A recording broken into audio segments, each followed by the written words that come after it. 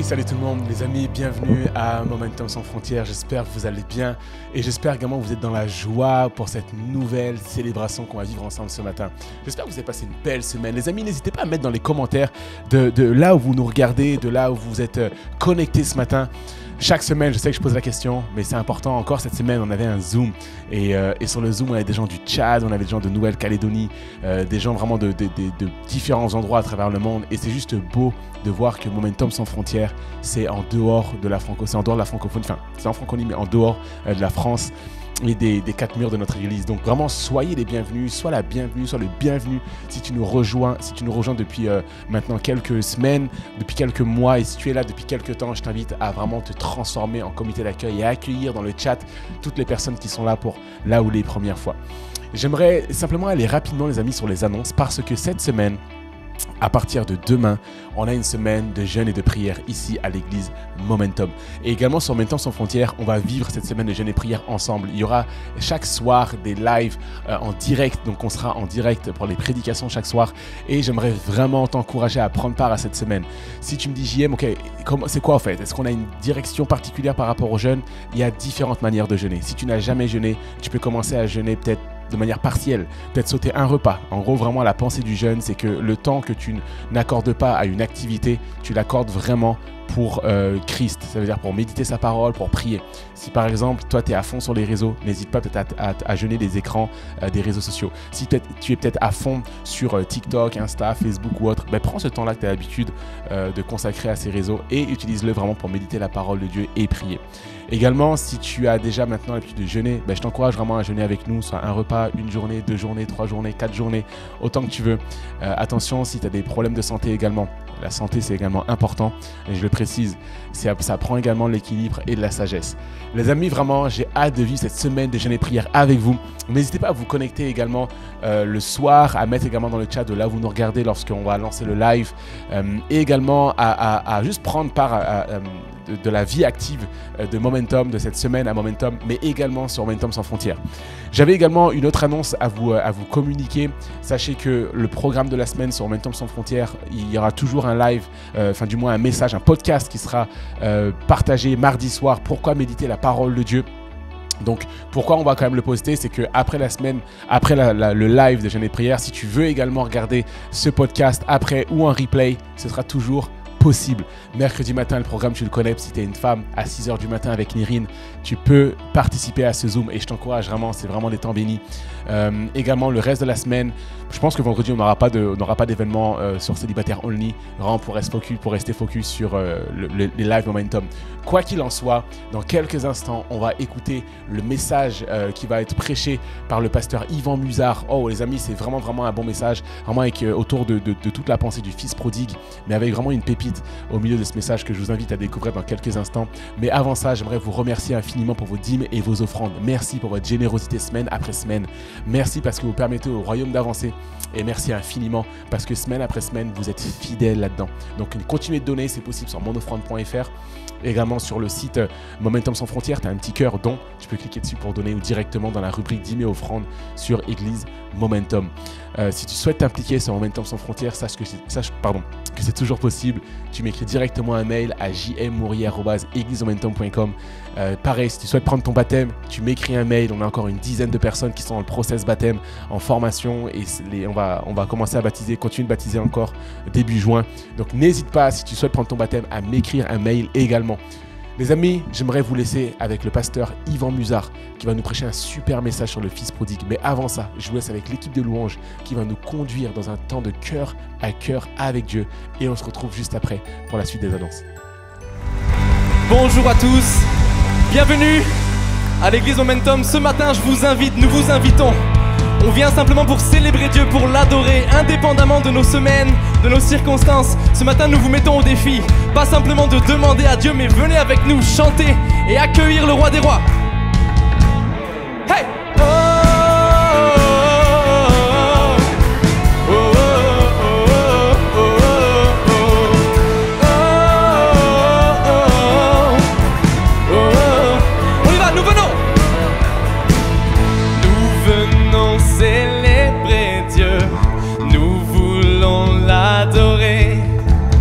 Devant lui, nous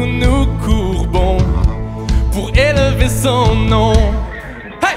Oh, oh, oh, oh. On frappe dans les mains ensemble. On y va, nous venons. Nous venons célébrer Dieu. Nous voulons l'adorer devant lui. Devant lui, nous nous courbons pour élever son nom. Laissons entrer le roi de gloire. Acclamons-le, Dieu de victoire. Il est vainqueur, faisons-lui place. Il est roi et Seigneur. Hey! Oh, oh, oh, oh, oh, oh. Dieu est là, on y va. Dieu est là, il nous attend. Il entend nos prières. On chante de sa parole. Sa parole est éternelle. Elle est notre essentiel. Laissons entrer le roi de gloire. Acclamons-le, Dieu de victoire. Il est vainqueur, faisons-lui place. Il est roi et Seigneur. Oui, laissons entrer le roi de gloire. Acclamons-le, Dieu de victoire. Il est vainqueur, faisons-lui place. Il est roi et Seigneur. On va le chanter ensemble ce matin, Église Momentum. Accueillons notre Dieu, celui qui est majestueux. Ce matin, fixe tes regards sur Jésus avec nous et déclare-le. Je veux entendre ta voix bien fort. On le chante ensemble. Accueillons notre Dieu. On y va. Accueillons. Accueillons notre Dieu. Il est le merveilleux, glorieux, majestueux. Oh, d'une seule voix, accueillons. Accueillons notre Dieu. Il est le merveilleux, glorieux, majestueux. Oui, laissons entrer le roi de gloire. Acclamons-le, Dieu de victoire. Il est vainqueur, faisons-lui place. Il est roi et Seigneur. Oui, laissons entrer le roi de gloire. Acclamons-le, Dieu de victoire. Il est vainqueur, faisons-lui place. Il est roi et Seigneur. Hey! Oh, oh, oh, oh. On y va ensemble. Oh, oh, oh, oh, oh, oh.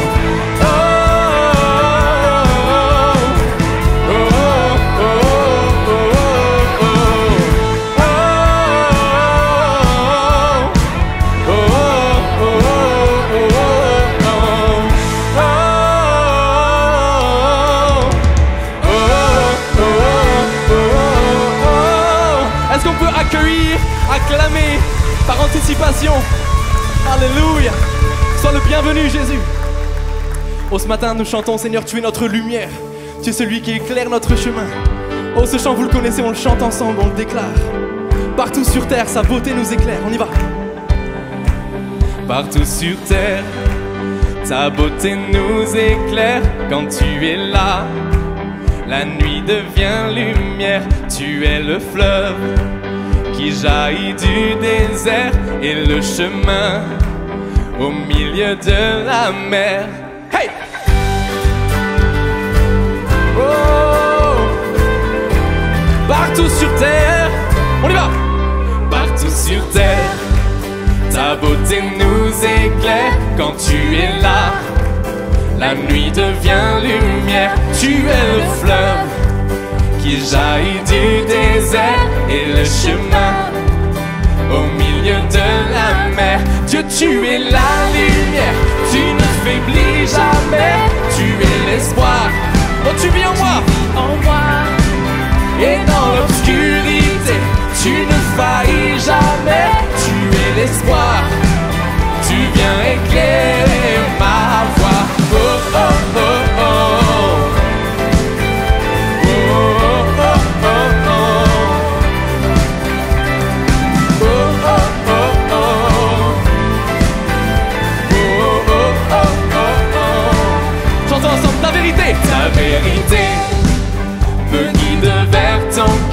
je veux marcher vers toi malgré mes peurs. Être avec toi, rien n'a plus de valeur. Jour après jour, je vis dans ta splendeur. Dieu, tu es la lumière, tu ne faiblis jamais.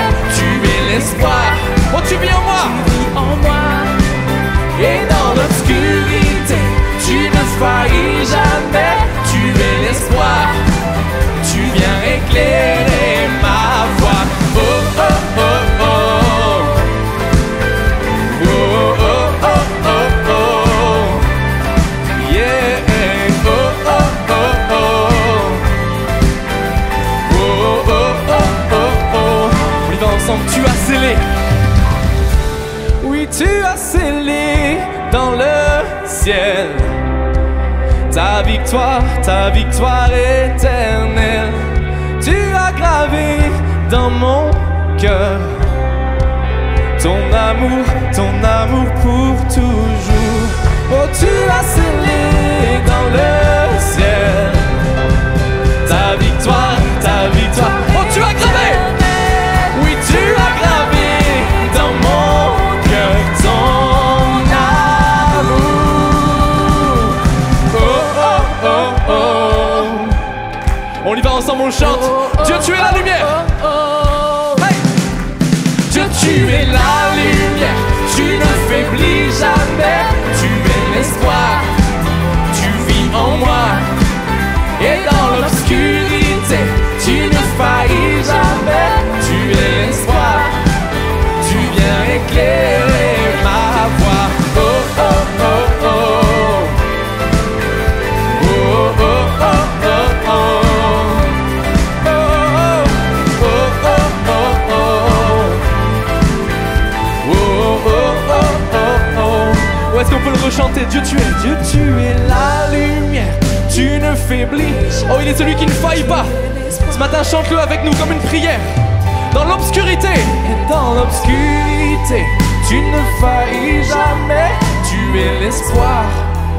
Tu viens, on le reprend ensemble. Dieu, tu es la lumière. Tu ne faiblis jamais. Tu es l'espoir. Tu vis en moi. Et dans l'obscurité, tu ne faillis jamais. Tu es l'espoir, tu viens éclairer ma voie. Oh, oh, tu ne faillis pas, Seigneur. Oh, ce matin, je t'invite à élever ton adoration dans tes propres mots, alors qu'on garde nos yeux fermés, alors qu'on centre nos regards sur Dieu. Je t'invite à déclarer cette prière, à le chanter. Il est celui qui ne faillit pas. Il est celui qui ne te laissera jamais. Oh, chante son nom ce matin avec nous. Il est la lumière sur ton chemin. Oh, mon cœur t'adore, Seigneur. Mon cœur t'adore, Seigneur. Tu ne faillis pas. Oh, oh. Est-ce qu'on peut le reprendre ensemble? Dieu, tu es la lumière. Tu ne faiblis jamais. Tu es l'espoir. Tu vis en moi. Et dans l'obscurité, tu ne faillis jamais. Tu es l'espoir. Oh, tu éclaires ma voix. Une dernière fois, Dieu, tu es la lumière. tu es la lumière, tu ne faiblis jamais. Oh, chante-le avec foi ce matin. Dans l'obscurité, et dans l'obscurité, tu ne faillis jamais. Tu es l'espoir. Tu viens éclairer ma voie. Alléluia. Nous t'adorons, Seigneur. Tu éclaires ma voix, Seigneur. Alléluia. Ce matin, nous sommes là pour toi, Seigneur. Nous sommes là pour te louer. Nous sommes là pour t'adorer, Seigneur. Nous te bénissons, toi qui nous as fait, toi qui nous as créés, Seigneur. Nous sommes nés pour te louer. Nous sommes faits pour toi. Nous sommes faits pour toi. Et ce matin, nous voulons tout donner. Nous voulons te dédier nos vies, Seigneur. Nous voulons te dédier qui nous sommes, Seigneur. Prends tout de nous ce matin. Reçois la louange, Seigneur. Reçois la louange, Seigneur. Et ce matin, comme une prière, Église, déclarons ces paroles comme une prière. Je suis né pour te louer. Je pour glorifier ton nom en toutes circonstances, apprendre à te dire merci. Je suis né pour t'aimer, je suis né pour t'adorer, mon Dieu, obéir à ta voix. Je suis faite pour toi. Chantons-le encore une fois, Église. Je suis né pour te louer. Je suis né pour glorifier ton nom en toutes circonstances, apprendre à te dire merci. Je suis né pour t'aimer, je suis né pour t'adorer, mon Dieu, obéir à ta voix. Je suis faite pour toi. Église, si c'est ta prière ce matin, élève les mains, déclare-le. Je suis né pour te louer. Je suis né pour glorifier ton nom en toutes circonstances, apprendre à te dire merci. Je suis né pour t'aimer, je suis né pour t'adorer, mon Dieu, obéir à ta voix. Je suis fait pour toi. Oh, je suis né pour te louer. Je suis né pour t'adorer. Nous sommes à toi, Seigneur. Reçois la louange, reçois la gloire. Déclarons-le. Oui, Je suis né pour te louer. Je suis né pour glorifier ton nom. Déclare l'Église. En toutes circonstances, apprendre à te dire merci. Je suis né pour t'aimer, je suis né pour t'adorer, mon Dieu, obéir à ta voix. Je suis fait pour toi.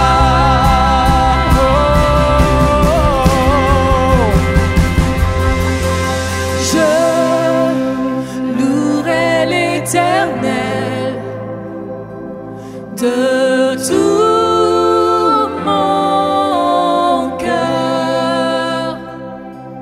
Je raconterai toutes tes merveilles. Je chanterai ton nom. Je louerai l'Éternel de tout mon cœur. Je ferai de toi le sujet de ma joie.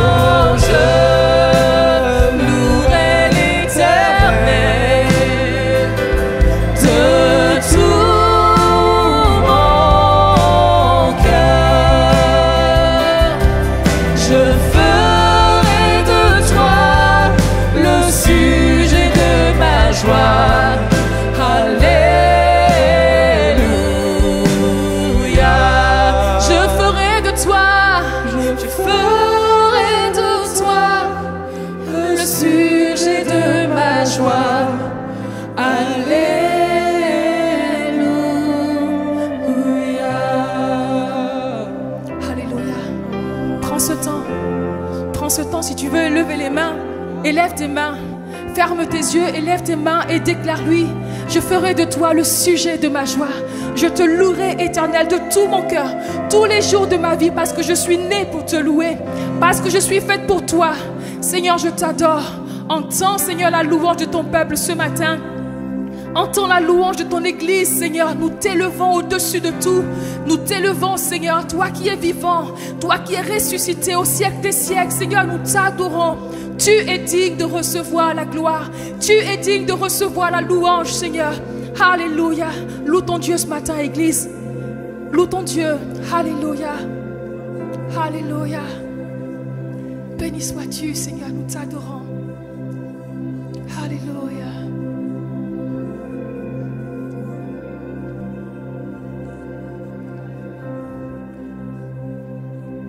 Tu combats pour nous en tout temps, entouré de tous les anges. Et je prends plaisir à savoir, tu es couronné vainqueur, mon secours et mon défenseur, mon ami et mon sauveur. Par ta grâce je vis, j'existe pour t'adorer. Quand j'entends louer ta grandeur, devant toi je me prosterne, et la peur se tait devant toi. Tu es couronné vainqueur. Que ta gloire remplisse ce temple et que ta puissance déborde. Par ta grâce je vis, j'existe pour t'adorer. Alléluia.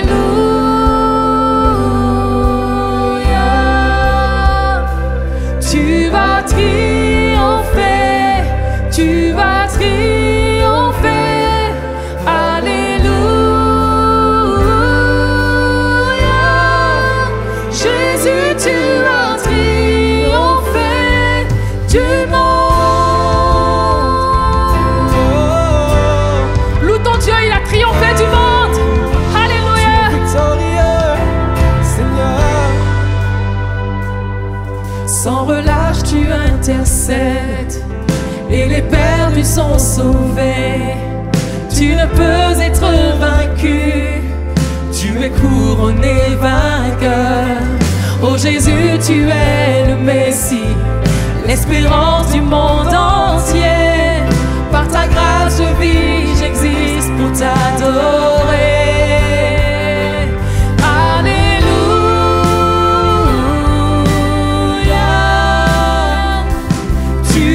Triompher, tu vas triompher. Alléluia.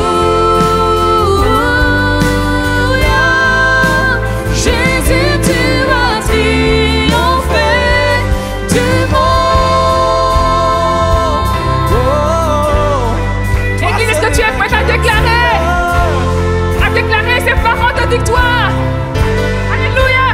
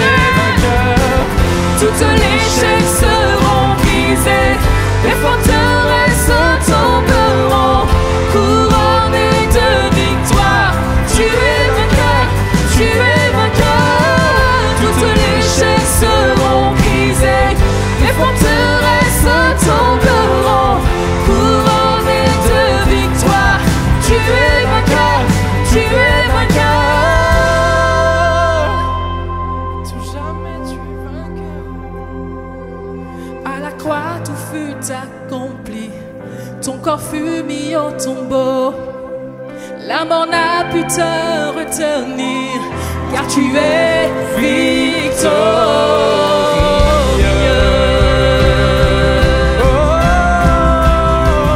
Alléluia. Tu es victorieux.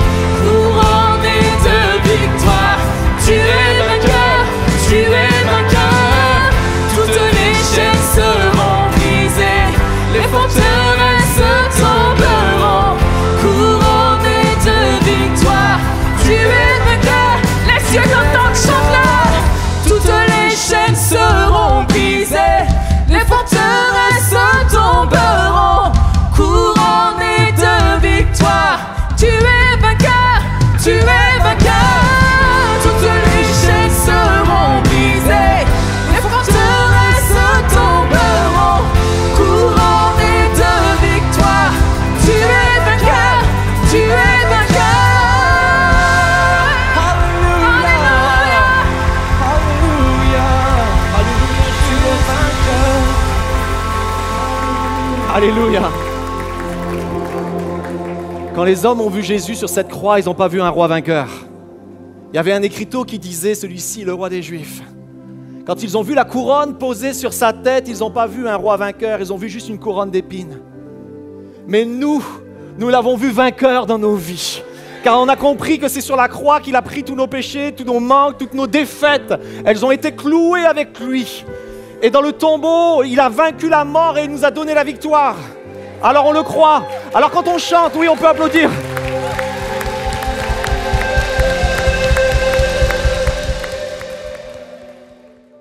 J'aimerais prendre quelques instants pour toi ce matin qui est connecté sur Momentum Sans Frontières. Si tu es là et tu vois cette vidéo, c'est que certainement tu as besoin de prière. Et j'aimerais simplement t'encourager dans le chat maintenant à écrire ton sujet de prière. On a toute une équipe qui est là en ce moment connectée sur le live, qui attend simplement de voir ton sujet de prière afin de prier pour toi, prier pour ta situation, prier peut-être pour tes finances, ton foyer, tes enfants certainement. Simplement, ce que j'aimerais t'encourager à faire, c'est dans le chat, tu notes ton sujet de prière. Dans quelques instants, il y a un formulaire qui va être partagé dans le chat, un formulaire pour qu'un conseiller puisse t'appeler. Tu remplis ce formulaire et à l'issue de cette célébration, tu vas recevoir un coup de fil d'un conseiller, un appel téléphonique et le conseiller va pouvoir prier avec toi, prier pour toi. Ne passe pas à côté de ces instants. Ils ont juste hâte de prendre ce temps avec toi. Ils sont préparés et j'espère que toi, ce matin, tu es prêt parce qu'il y a un rendez-vous non seulement avec le conseiller, mais un rendez-vous divin. Je crois vraiment que ta situation peut changer littéralement ce matin. Alors ne passe pas à côté de cette occasion. Écris dans le live ton sujet de prière.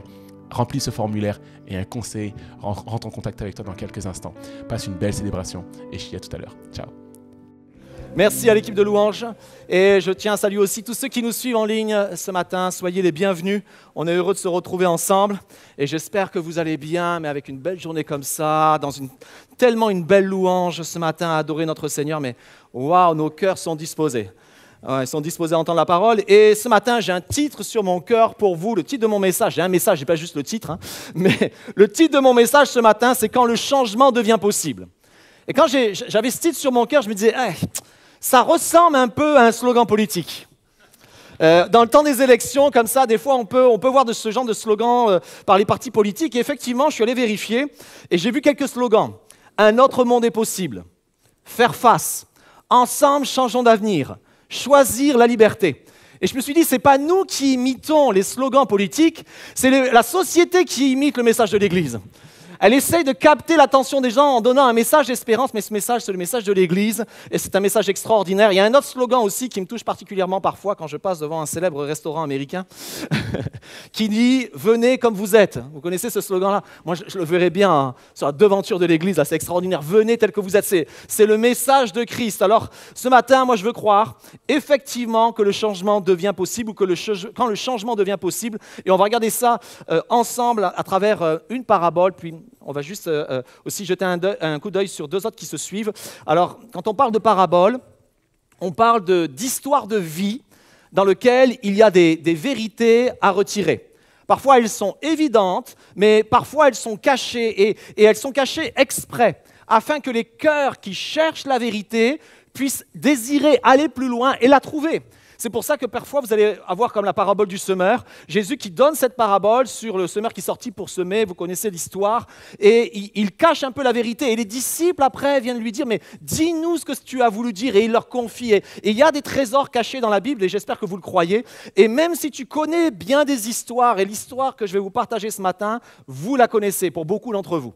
Même si vous n'avez jamais fréquenté une église et que c'est la première fois que vous rentrez dans ce lieu, vous la connaissez, c'est obligé. Mais laissez-moi vous dire qu'il y a quelque chose de plus, qu'il y a encore quelque chose pour toi et que sa parole, elle est extraordinaire et que chaque jour, elle est capable de nous nourrir et de nous donner une nouvelle révélation. Alors, je vais prêcher ce matin sur le fils prodigue. Et si ça fait plus de 40 ans que tu viens à l'église comme moi, tu as dû entendre des centaines de fois le fils prodigue. Mais non, moi je crois qu'il y a encore une part pour moi ce matin. Tourne-toi vers ton voisin, dis-lui, il y a une part pour toi ce matin. Il y a une part pour toi ce matin. Dis-le à ton âme. Il y a une part pour moi ce matin. J'ai l'impression que vous racontez vos vies. Alors, on regarde ensemble, je ne vais pas vous raconter, je ne vais pas lire l'histoire, je vais juste vous la raconter. En fait, il s'agit de l'histoire de deux fils. On voit, en tout cas, l'histoire décrit deux fils. Elle décrit un fils qu'on va appeler perdu, ou le fils prodigue, qui n'a rien à voir avec la notion de prodige, mais prodigue vient du mot qui donne avec générosité, mais aussi avec outrance. C'est ça, prodigue. Et donc, il y a ce jeune fils et il y a son frère aîné. Et ce jeune fils va demander à son père l'héritage durant son vivant. Déjà là, on commence à comprendre qu'il y a un petit problème. Et il va désirer, une fois avoir perçu son héritage, rassembler son héritage, ça va prendre certainement quelques jours, il va désirer s'éloigner physiquement de la maison de son père, mais aussi s'éloigner de toutes les valeurs qui allait dans cette maison, qui allait avec cette maison. Et le texte nous dit qu'il va vivre dans la débauche, qu'il va vivre dans le péché, qu'il va dissiper toute sa fortune, il va avoir des amis, il va tout dépenser. Et quand il va avoir fini par tout dépenser, la famine va arriver sur le pays et non seulement il a tout perdu, mais en même temps, il a aussi perdu ses amis. Beaucoup d'entre nous, parfois, quand tout va bien, on a plein d'amis, mais quand les choses commencent à tourner mal, parfois tu te retournes et tu vois plus grand monde autour de toi.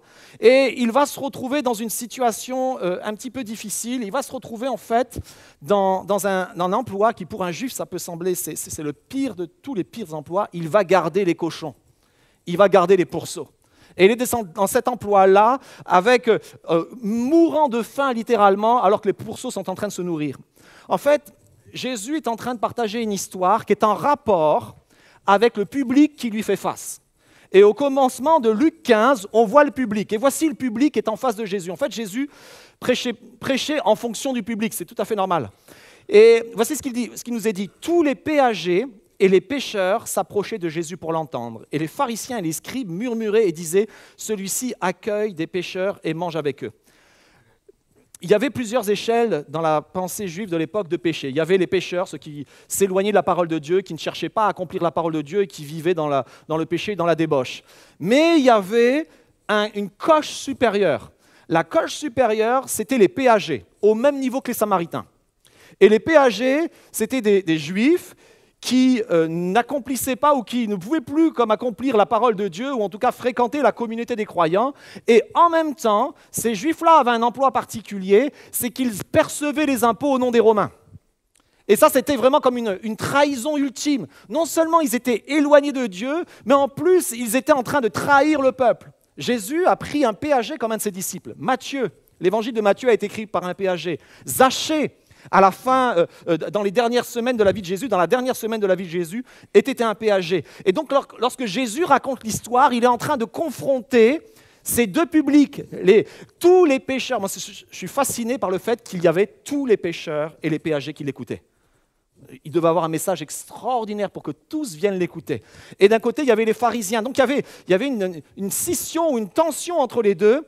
Et quand Jésus raconte cette histoire, moi, je suis convaincu que jusqu'à ce que Jésus dise, et là, il gardait les pourceaux, les pharisiens, ils devaient applaudir en disant « Oui, ça c'est vrai, ça c'est ce qui arrive aux pécheurs. » Mais il y a la suite de l'histoire. La suite de l'histoire nous trouve, vous la connaissez. Dans la suite de l'histoire, on va lire ensemble. Voici ce que le fils le plus jeune a fait. Étant rentré en lui-même, il dit « Combien d'ouvriers chez mon père ont du pain en abondance?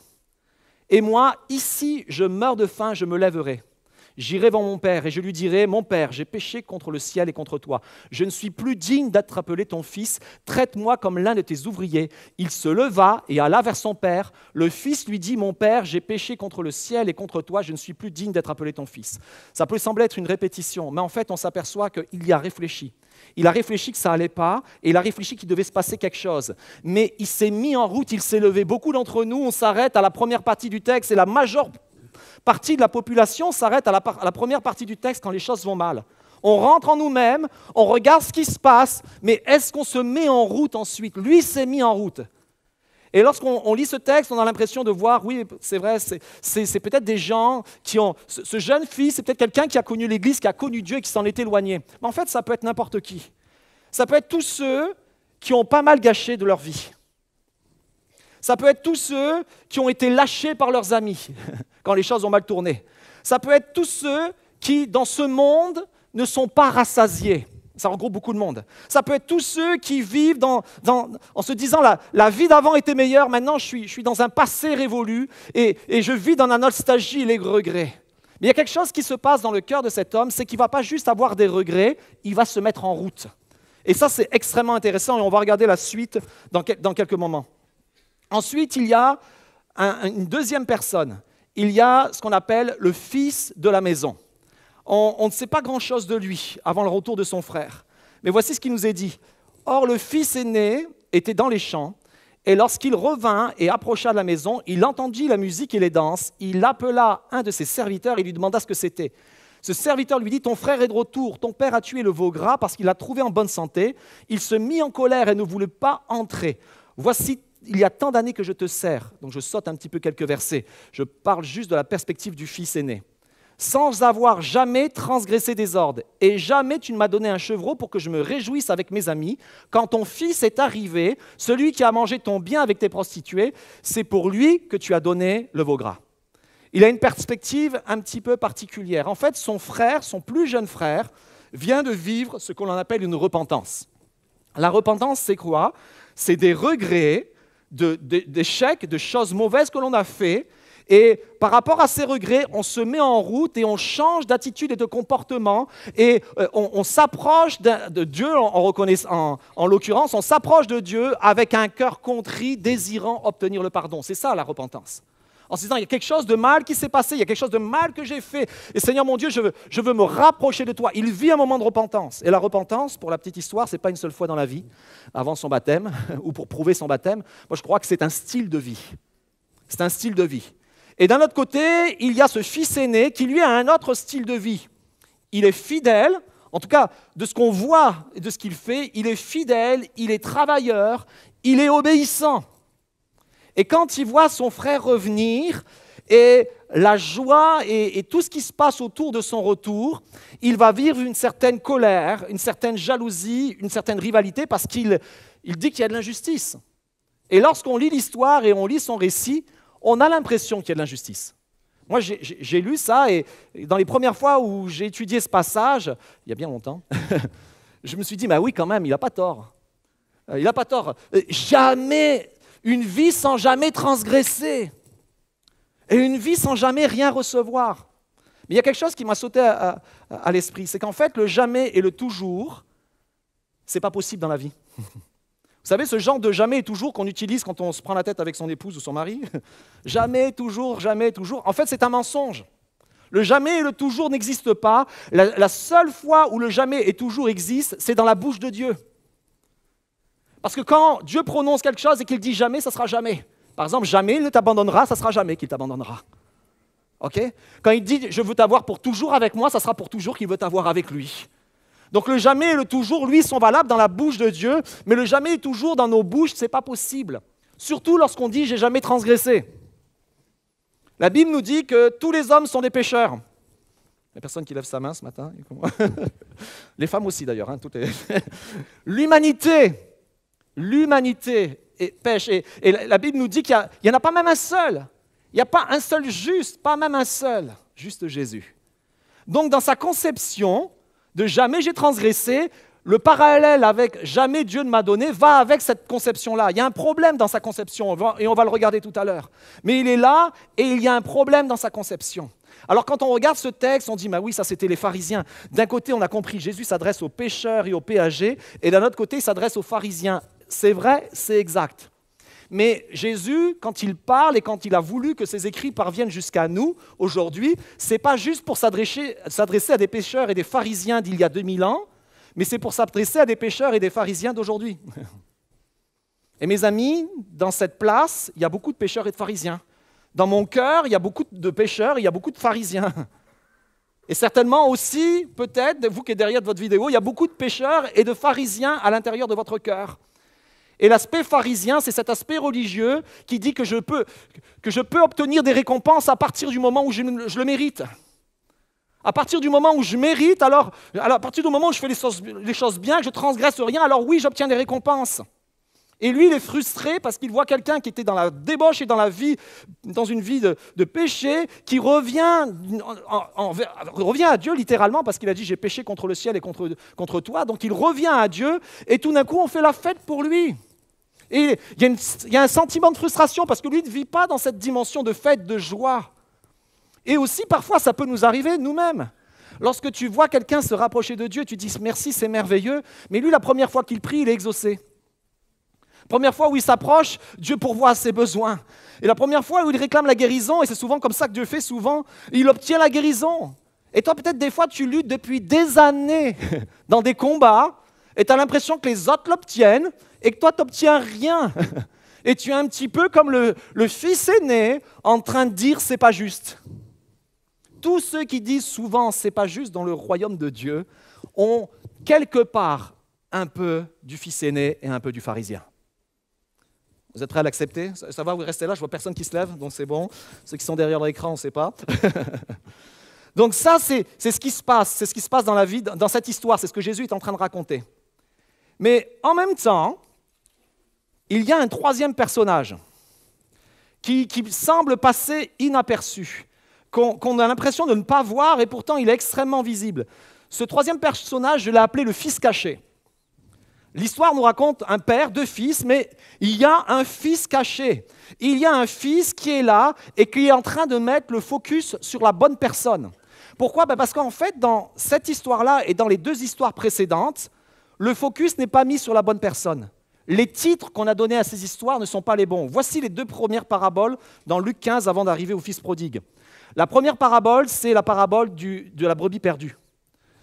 C'est un berger qui a 100 brebis, puis il y en a une qui s'égare dans le désert et il part la chercher. On a appelé ça la parabole de la brebis perdue. Ensuite, il y a une autre parabole qui est une femme qui possède 10 pièces et elle en perd une et elle va chercher partout dans la maison où est cette pièce. Et quand elle l'a retrouvée, elle invite tous ses amis et ça s'appelle la parabole du drachme perdu. Et lorsqu'on lit la suite, on dit c'est la parabole du fils prodigue. Mais en fait, non. En fait, c'est pas là que l'attention doit être posée. Et nous, on pose notre attention sur cela. Mais le troisième fils nous amène à regarder différemment, à voir un regard différent. Et ce troisième fils, c'est celui qui raconte l'histoire. C'est Jésus. Jésus est le troisième fils. Jésus est le fils caché. Jésus est celui qu'on n'aperçoit pas. Jésus est un peu la personne oubliée de l'histoire. Souvenez-vous ce qu'il est dit dans Ésaïe 53. Il n'avait ni apparence ni éclat pour que nous le regardions, et son aspect n'avait rien pour nous attirer, méprisé et abandonné des hommes. En fait, on a littéralement le Fils de Dieu qui est en train de raconter l'histoire, et les gens qui essayent de s'identifier, mais ne comprennent pas le but de l'histoire. Et comme je vous l'ai dit, il y a un but souvent caché dans les paraboles, et que celui qui veut le chercher le trouve, mais celui qui s'arrête à l'histoire ne le trouve pas. Et voici le but caché. Le but caché, c'est de révéler le cœur du Père. En fait, le focus n'est pas sur le fils prodigue. Le focus n'est pas sur la pièce qui est tombée par terre. Le focus n'est pas sur la brebis qui s'est perdue. L'attention et toute l'histoire est tournée vers le berger qui laisse ses 99 brebis pour aller chercher celle qui est perdue. Toute l'histoire et l'attention sont sur la femme qui va remuer ciel et terre dans sa maison pour retrouver la pièce. Toute l'attention est sur le père qui accueille le fils et le père qui a un dialogue avec le fils de la maison. Et parfois, nous avons une lecture très auto-centrée sur notre propre vie, alors que Jésus est en train de nous dire qu'elle doit être centrée sur le cœur du Père. Jésus est celui qui nous fait connaître le cœur du Père. Et toutes ces histoires sont là pour nous faire connaître le cœur du Père. Dans les derniers jours et dans la dernière soirée où Jésus était avec ses disciples, lui savait que c'était la dernière soirée. Et vous pouvez imaginer que, sachant que c'était les derniers instants qu'il passait de son vivant avant la résurrection avec ses disciples, il y avait quelque chose de spécial qu'il désirait leur communiquer. Il y avait comme une sorte de testament spirituel. Et il commence justement à partager ce qui va se passer dans les heures qui viennent et il commence à leur communiquer un testament spirituel. Voici ce qu'il dit dans Jean au chapitre 14. « Vous savez où je vais et vous en savez le chemin. » Thomas, celui qui ne va pas croire à la résurrection, lui dit « Seigneur, nous ne savons où tu vas, comment pourrions-nous en savoir le chemin ?» Jésus lui dit, et c'est cette célèbre phrase que l'on cite souvent et que j'aime énormément, On l'a chanté encore ce matin, je suis le chemin, la vérité et la vie. Nul ne vient, dites avec moi, au Père, que par moi. Si vous me connaissiez, vous connaîtriez aussi mon Père. Et dès maintenant, vous le connaissez et vous l'avez vu. Il est en train de dire, vous avez vu le Père. Et eux savent qu'ils n'ont pas vu le Père. Mais ils disent, on ne l'a pas vu le Père. Et voici ce que Jésus répond. Philippe lui dit, Seigneur, montre-nous le Père et cela nous suffit. Jésus lui dit, il y a si longtemps que je suis avec toi et tu ne m'as pas connu, Philippe. Celui qui m'a vu a vu le Père. Comment dis-tu, montre-nous le Père? Ne crois-tu pas que je suis dans le Père et que le Père est en moi? Jésus est en train juste d'expliquer que son ministère sur cette terre, c'était de montrer le cœur du Père. Que tout ce qu'il a fait, tout ce qu'il a partagé, le temps qu'il a passé avec eux, c'était de montrer le cœur du Père. Le ministère de Christ n'est pas juste de répondre à nos besoins, c'est de montrer le cœur du Père. Et parce qu'il connaît le cœur du Père, alors il répond à nos besoins. Vous comprenez la différence ? Alors il va y avoir quelque chose de puissant qu'il veut transmettre, il nous porte la parole du Père, il porte le cœur du Père. Alors le commencement du changement, et le titre de mon message, comme je vous l'ai dit tout à l'heure, c'est quand le changement devient possible. Le commencement du changement, c'est d'apprendre à connaître le cœur du Père. En fait, ce que Jésus est en train de dire, à partir du moment où tu commences à connaître le cœur du Père, il y a une transformation qui va se faire à l'intérieur de ton cœur. Sans ça, ce n'est pas possible. Sans ça, tu vas manquer le but. Sans ça, tu vas manquer la compréhension. Ça me rassure parce que c'est un processus. Parce que lorsque je vois qu'à la fin de leur parcours avec Jésus, certains de ses disciples n'avaient pas compris ce qui est en train de se passer, je me dis, ok, j'ai le droit parfois d'avoir du mal à comprendre parfois le cœur du Père. Et c'est aussi une des dimensions qu'on est en train de vous communiquer à l'Église. Peut-être vous ne le savez pas, et là je change de casquette, de costume. Je suis aussi le directeur de Momentum Academy. Et Momentum Academy, ce n'est pas juste là pour remplir nos têtes et nos compétences et développer nos compétences. Bien sûr, ça le fait. On approfondit, on pose nos regards sur la parole de Dieu, on l'étudie. Mais Momentum Academy est là aussi pour dévoiler le cœur du Père, pour comprendre le cœur du Père. Comme Jésus avait pris ses disciples avec lui pendant 3 ans et demi à partager cette vie, nous, c'est ce que nous essayons de faire pendant 2 ans, de communiquer ce que Jésus a fait dans nos vies, comment le Père œuvre dans nos vies, nos forces, nos faiblesses, nos victoires, nos échecs, mais comment le cœur du Père s'est manifesté. Et c'est pour ça que nous désirons le communiquer, c'est pour ça que Jésus a désiré le communiquer avec ses disciples, et c'est pour ça que Momentum Academy existe. On vous en parlera tout à l'heure dans les annonces. Mais qu'est-ce que nous apprend le cœur du Père? En fait, comme je vous l'ai dit, le cœur du Père amène une transformation et un changement. Il y a quelques années de cela, à peu près un peu plus de 3 ans, ça faisait des années, il y a 3 ans il s'est passé quelque chose, mais ça faisait des années que je vivais avec un profond sentiment d'échec. J'étais pasteur dans une église qu'on a fondée avec mon épouse, qui s'appelle l'Église Nice Métropole, et j'avais l'impression d'avoir échoué. J'avais l'impression de ne pas avoir été assez spirituel. Ça vous arrive parfois? J'avais l'impression de ne pas avoir assez prié. J'avais l'impression de ne pas avoir vu assez de miracles. J'avais l'impression de ne pas avoir vu assez de personnes s'engager dans les eaux du baptême. J'avais l'impression que ce qu'on avait fait, c'était bien pour le royaume de Dieu, mais je n'avais pas rempli ma mission, j'avais échoué. J'étais un peu comme le fils aîné dans la maison, mais non pas satisfait de son propre travail, mais déçu de son propre travail. Et j'étais comme figé, comme statique. Mon épouse était au courant de ça, et elle essayait de m'encourager, mais rien n'y faisait. C'était ce concept que j'avais. Patrice était au courant de cela, il essayait de m'encourager, mais rien n'y faisait. C'était ma façon de penser. Non, j'ai échoué, je sais, j'ai échoué, je sais, j'ai échoué. Et il me manquait un rendez-vous cœur à cœur avec le Père. En fait, il me manquait de connaître le cœur du Père. Et il y a à peu près un peu plus de 3 ans est venu un prédicateur que vous connaissez qui s'appelle Luc Dumont. De temps en temps, il vient, il est dangereux cet homme-là. Et il ne connaissait rien, absolument rien à la situation. Vous savez, quand vous vivez un moment difficile, mais quand la personne elle est là, tu fais comme si tout était bien, tout allait bien, tout va bien. Tout va bien, tout va bien. Et on parle ensemble, puis là, il parle de la part de Dieu, juste pour me dire et pour m'encourager, de la part du cœur du Père. Il me dit, voici, je vais te dire le cœur du Père pour toi. Le Père est fier de toi. Il est content de ce que tu as fait. Tu as fait ce qu'il fallait faire. Et je ne vous dis pas ça juste pour dire oh, c'est moi, je suis fier et je peux être fier de ce que j'ai fait. Non, non, ce n'est pas ça.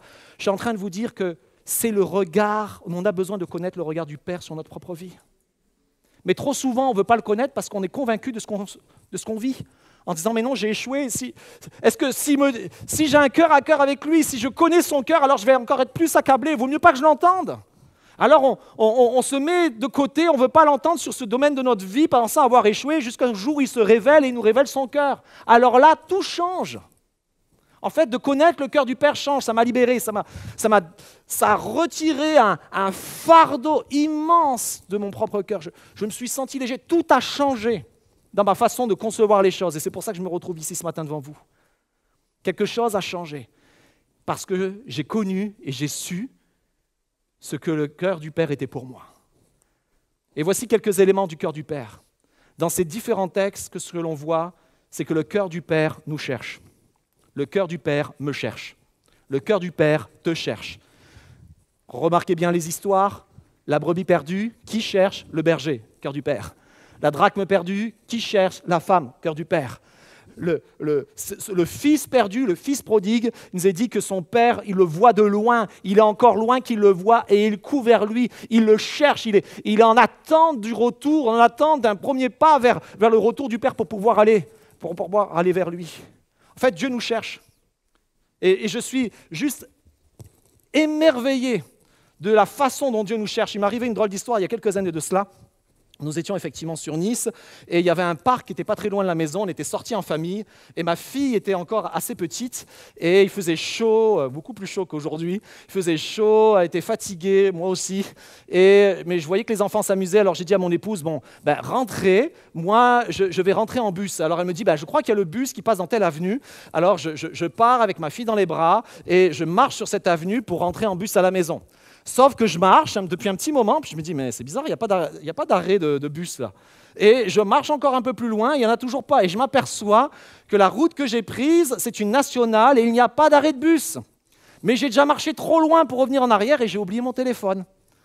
Donc je suis dans un scénario de disposition de cœur extraordinaire pour partager l'Évangile. Je suis en train de remuer dans ma tête tout le discours que je vais apporter à mon épouse lorsqu'on va rentrer, ou lorsqu'elle va rentrer, ou je vais réussir à rentrer à la maison. Dire, tu m'as pas indiqué la bonne route, c'était pas le bon chemin, le bus n'était pas là. Non. Vous savez ce genre de choses où tu te prends la tête et... Non, ça vous arrive qu'à moi, excusez-moi. Et j'étais là en train de... j'étais fâché, j'étais fatigué. La petite a été dans mes bras, mais au bout d'un certain moment, ça commence à peser. Et je me résous à faire quelque chose que je ne fais jamais, je fais de l'autostop. Et là, je suis sur cette route et comme un malheureux, rouge, j'en peux plus, épuisé. Je fais l'autostop et vous imaginez bien que tu vois un papa avec un enfant dans les bras faisant l'autostop. Et immédiatement, la première voiture qui passe s'arrête. Elle me dit, mais vous allez où? Je dis, je vais juste à côté, en face du pont.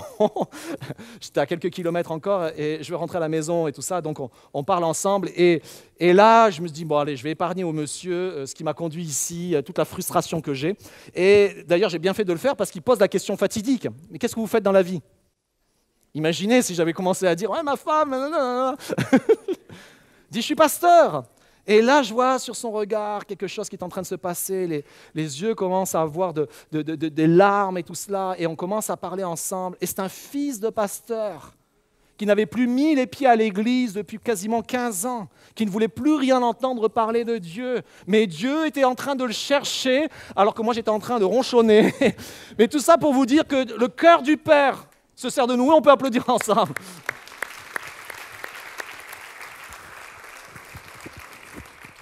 Des fois, on se plaint de situations, on se plaint de jobs tout pourris, mais Dieu nous a placés là pour toucher quelqu'un. Parce que c'est son cœur du Père et nous, on a une vision extrêmement limitée, à court terme, dans l'instant présent, souvent en train de râler, mais quand je vois les disciples, je me dis, bon, finalement, je n'étais pas si loin, si éloigné d'eux. Mais ça me touche, je suis toujours émerveillé, touché, stupéfait. Et je pourrais vous raconter tellement d'histoires comme ça, de voir comment Dieu se sert de nous ou comment Dieu cherche les gens et va les chercher dans des endroits improbables, à un moment opportun pour toucher leur cœur et leur parler. Donc le cœur du Père, c'est un cœur qui te cherche. Le cœur du Père n'est pas dans la condamnation, mais dans la compassion. C'est dans la compassion. Remarquez bien, il va courir vers lui. Il nous est dit, il fut touché de compassion. Tous les évangiles nous montrent que Jésus était ému de compassion. Jésus reflète le cœur du Père. Quand il voit des situations difficiles, il est ému de compassion. Quand Dieu voit ta situation dans laquelle tu te trouves, elle est difficile, il voit comment tu souffres, il est ému de compassion avec toi, pour toi. Il y a un des passages qui, pour moi, me bouleverse le plus. Parfois, quand je parle vite, les mots sortent pas dans le bon ordre. Un des passages qui me bouleverse le plus, c'est le passage de la résurrection de Lazare. Jésus sait qu'il va ressusciter Lazare. Il revient dans la ville de Lazare, à Béthanie, il rencontre les sœurs, il leur dit « Je vais ressusciter, ton frère ressuscitera ». Les sœurs ne comprennent pas. Et il est avec elles et il est sur le chemin de la résurrection. Il sait qu'il a l'autorité du Seigneur pour le ressusciter. Les sœurs pleurent la disparition de leur frère. Jésus sait qu'il va le ressusciter dans quelques minutes. Vous savez ce qu'il fait? Il pleure avec elles. En fait, les pleurs du Fils sur ta propre vie, ça n'empêche pas la victoire derrière. Il pleure, notre Père pleure, notre Jésus-Christ pleure avec nous, juste pour nous montrer qu'il est avec nous. Il est, d'ailleurs, le consolateur, c'est le paraclet, c'est celui qui se tient à nos côtés. Il n'est pas là pour te dire « Non, mais t'en fais pas, arrête de pleurer, tout se passera bien ». Il pleure avec toi, tout en sachant que derrière, il va prendre soin de toi. Un cœur plein de compassion. C'est ça qui me touche, moi, dans ce récit-là. Le cœur du compassion du Père, face à tout ce qu'on peut vivre en ce moment, peut-être la détresse, la maladie, la misère. Jésus est dans la compassion avec toi et sa compassion ne retire pas sa capacité à solutionner tes problèmes. Il désire juste la communiquer, c'est son cœur. Changer tes problèmes et résoudre tes problèmes, c'est son pouvoir. Et il a le pouvoir, mais il veut que tu connaisses son cœur. Il trouve que c'est important que tu connaisses son cœur. Parce qu'en connaissant son cœur, ton cœur va changer. Et ton cœur va être plein de compassion pour ceux qui sont autour de toi. Parce que tu vas avoir le cœur du Père. Le cœur du Père, c'est l'amour. C'est l'amour. Et je crois encore, et je l'ai partagé dans les 2 premières prédications que j'ai faites, je crois que plusieurs ici ont besoin de comprendre que Dieu t'aime, qu'il n'est pas fâché contre toi, qu'il aurait mille et une raisons d'être fâché contre toi, à ton regard à toi, mais qu'il t'aime. Il t'aime. Et quelque chose de fort dans ce récit-là, c'est qu'on voit le Père enlever toute dignité d'une certaine façon, la dignité dans laquelle il aurait pu être, d'homme d'affaires, d'homme qui gère une maison avec des serviteurs. Il laisse tout, il le voit de loin, il court et il se jette dans les bras de son fils. Voici ce qu'il nous est dit, il courut se jeter à son cou et l'embrassa. Et le fils ne sentait pas la rose, il sentait le pourceau et il sentait des centaines de kilomètres de marche. Et il se jette à son cou, ça s'appelle l'amour. Et Dieu t'aime et tu as besoin, et beaucoup d'entre nous peut-être ont besoin, et peut-être certainement certains de ceux qui nous suivent en vidéo ce matin ont besoin de comprendre que le cœur du Père c'est l'amour et que tu peux t'abandonner en sécurité dans le cœur du Père. Quel que soit le Père physique que tu as eu sur cette terre, il y a un Père céleste qui lui a un cœur extraordinaire. Et c'est à ce cœur-là que tu dois faire référence et c'est ce cœur-là que tu dois comprendre. Le cœur du Père c'est la grâce. Regardez bien ce qu'il est dit dans Éphésiens 2. « Mais Dieu est riche en miséricorde et à cause du grand amour dont il nous a aimés. Nous qui étions morts par nos fautes, il nous a rendu la vie avec le Christ. C'est par grâce que vous êtes sauvés. » Dites avec moi, c'est par grâce que nous sommes sauvés. Il nous a ressuscités ensemble et fait asseoir ensemble dans les lieux célestes en Jésus-Christ, afin de montrer dans les siècles à venir la richesse surabondante de sa grâce, par sa bonté envers nous en Jésus-Christ. C'est par grâce en effet que vous êtes sauvés. Si on ne l'avait pas compris, c'est répété 3 fois. Par le moyen de la foi, cela ne vient pas de vous, c'est le don de Dieu, ce n'est point par les œuvres, afin que personne ne se glorifie. En fait, la démonstration de la bonté de Dieu, c'est de nous aimer alors qu'on n'est pas aimable.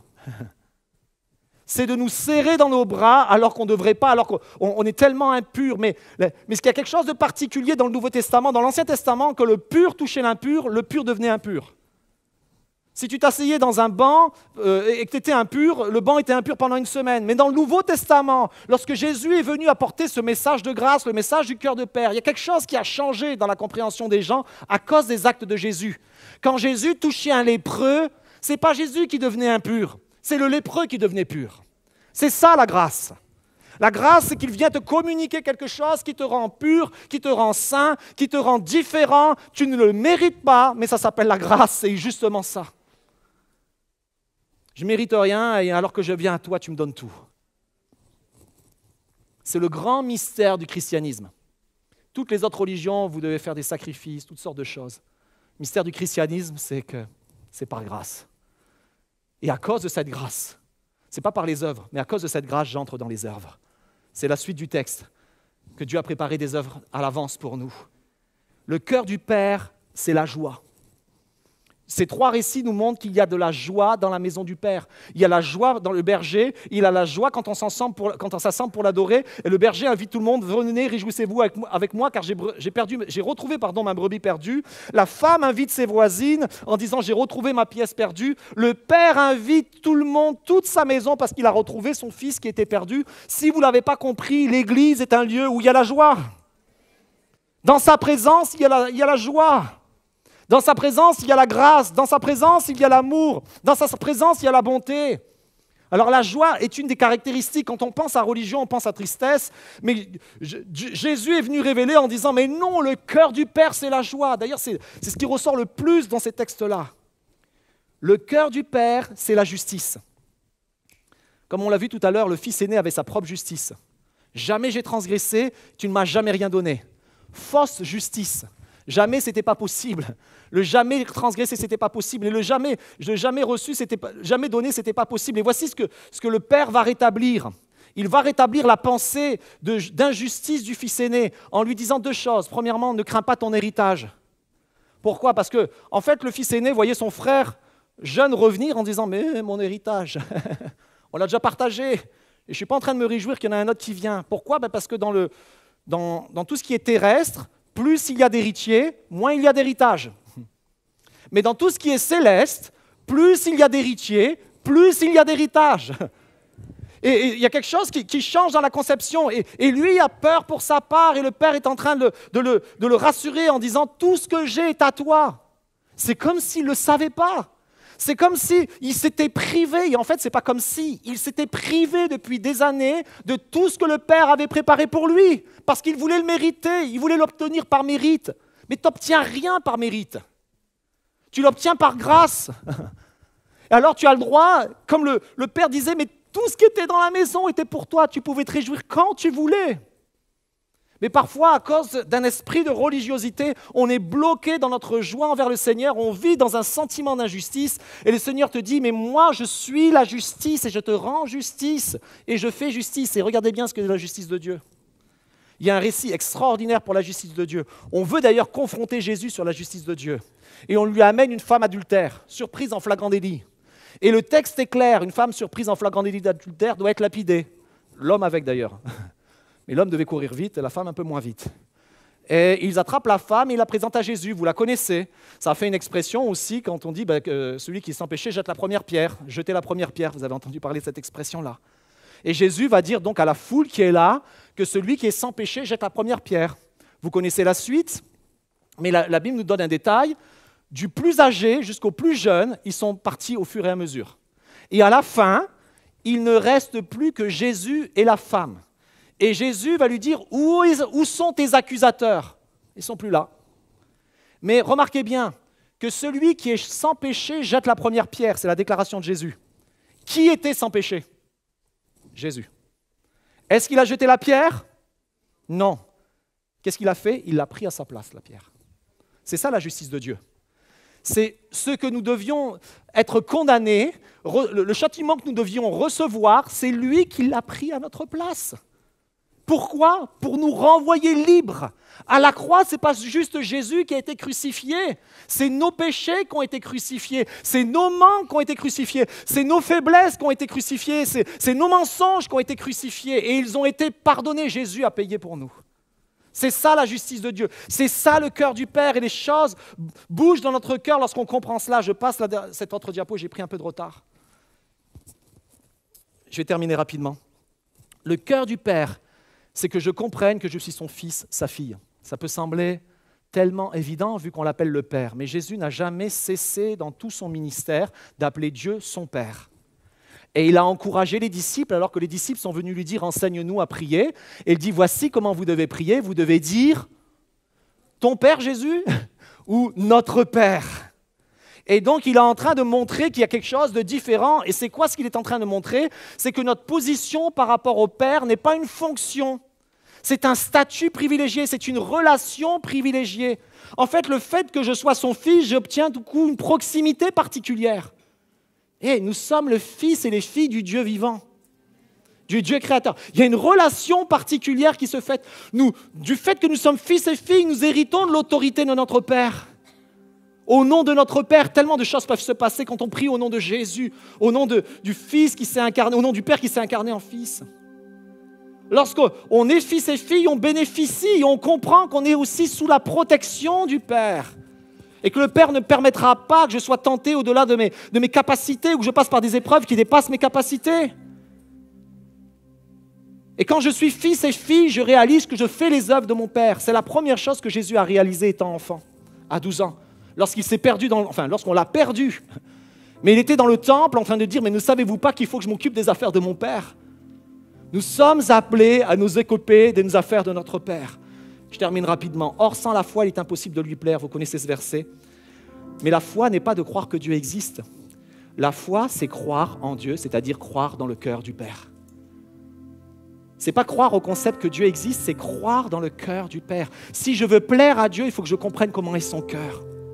C'est ce que Jésus est venu révéler. Alors le commencement du changement, et je vais inviter, les musiciens sont là, on va commencer à chanter dans quelques instants. Mais le commencement du changement, c'est de suivre Jésus, c'est d'aller à sa suite. Et comment on y va? C'est en courant vers le Père. On va chanter un chant et après on va prier ensemble. Mais ce chant est extraordinaire, tellement aligné sur le message. C'est un nouveau chant. Il nous dit « Je cours vers le Père ». Et je vous encourage à chanter chacune de ces paroles comme une déclaration pour ta propre vie. En disant « Voici ce que je chante, je le déclare, je le veux ». On se lève ensemble? Jésus. Simplement là où tu es, je t'invite ce matin à recevoir ces paroles. Si tu ne connais pas ce chant, juste reçois-les, entends-les et médite sur elles. Et si tu connais ce chant, et si tu es concerné, soit par le fils de la maison, soit par celui qui est parti, alors chante-le avec nous comme une prière ce matin.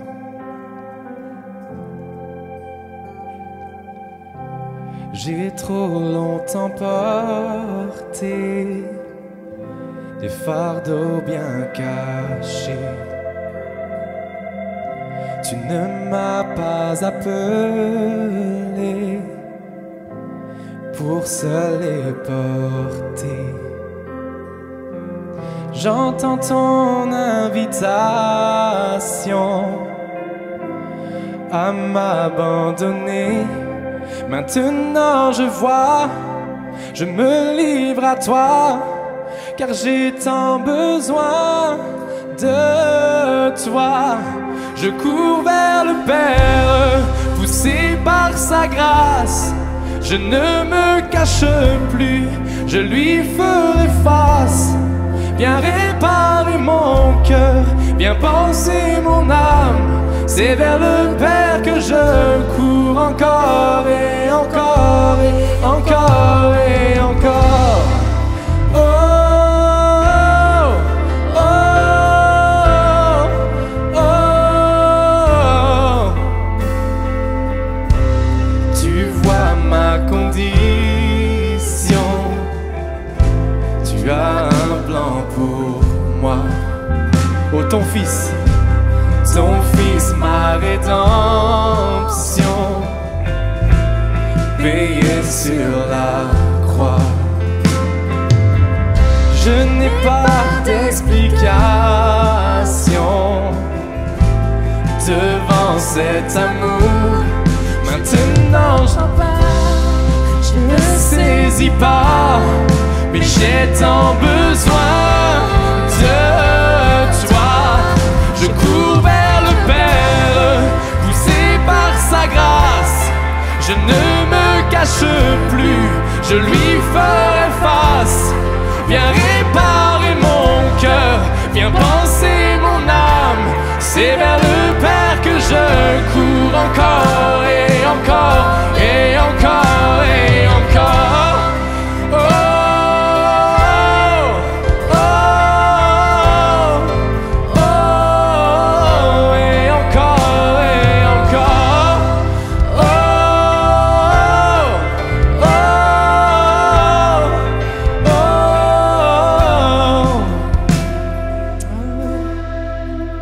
Alléluia Seigneur. Jésus, on veut prendre ces instants en baissant nos têtes, en fermant nos yeux. Et derrière votre écran, je vous en prie, si vous pouvez faire cette même chose. On va prendre un instant de prière pour se positionner devant le Père. On l'a chanté, je cours vers le Père. J'ai compris que c'est par la grâce, j'ai compris que en sa présence, je peux obtenir la guérison. En sa présence, je peux être transformé. En sa présence, je peux être réhabilité. En sa présence, tellement de choses peuvent se passer. Et beaucoup se sont privés durant ces dernières années de s'approcher du Père à cause du poids qui était sur leurs épaules. Et ce matin, le Seigneur te dit, je retire ce poids, c'est terminé. Tu connais mon cœur, tu n'as plus besoin de porter tout cela, c'est terminé, le poids est enlevé. Viens prendre mon joug et mon fardeau, ils sont légers. Viens à moi, il est léger. Je veux encourager aussi plusieurs personnes qui peut-être pendant des années ont marché loin ou se sont éloignées à cause des circonstances de la vie et se sentent indignes maintenant, mais tu peux maintenant. Tu as compris que ça ne dépend pas de ta dignité, ça dépend de ton positionnement. Tu es un fils, une fille, et Dieu te rend digne, et sa main te rend digne, et son cœur te rend digne, et il te réhabilite. Seigneur Jésus, je te prie pour tous ceux qui ont peut-être eu le cœur endurci, et le cœur qui, avec le temps et les épreuves et les choses qui ont avancé, qui auraient dû avancer, qui n'ont pas avancé, le cœur se sont endurcis et ils ont besoin maintenant de vivre une nouvelle sensibilité, une nouvelle compassion, une nouvelle joie, une nouvelle ferveur. Ces choses-là se sont évanouies.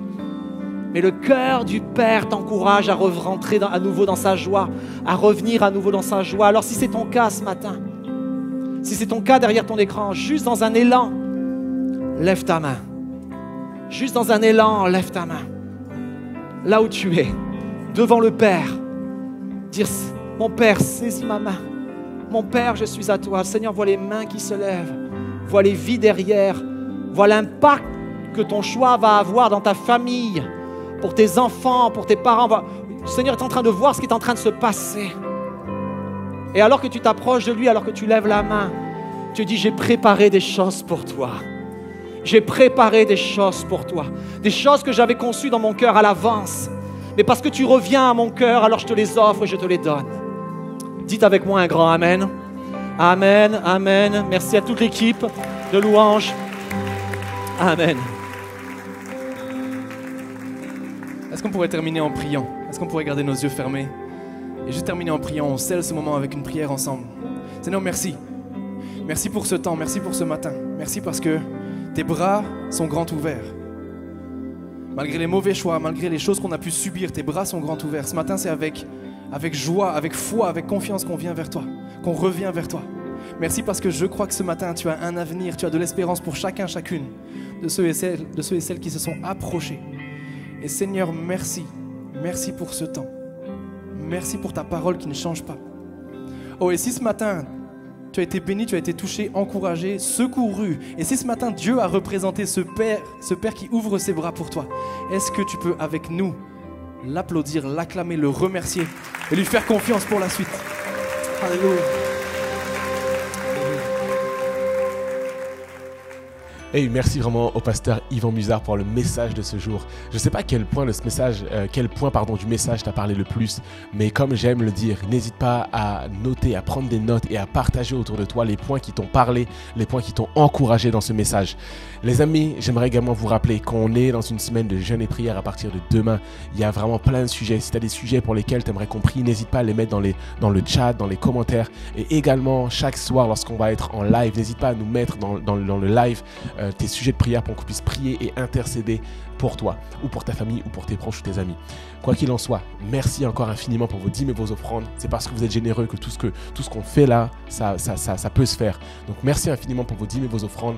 C'est toujours possible de donner sur monoffrande.fr, directement dans la rubrique dîmes et offrandes sur églisemomentum.com ou sinon sur le petit cœur, sur Momentum sans frontières, tu cliques sur le cœur, c'est écrit don et là tu peux donner. Passez une excellente semaine. J'ai hâte de vous retrouver chaque soir sur les lives pendant la semaine de jeûne et prière. Passez une semaine bénie les amis. Elle est déjà bénie par avant, je le crois. Et je vous dis à dimanche prochain. Bye bye.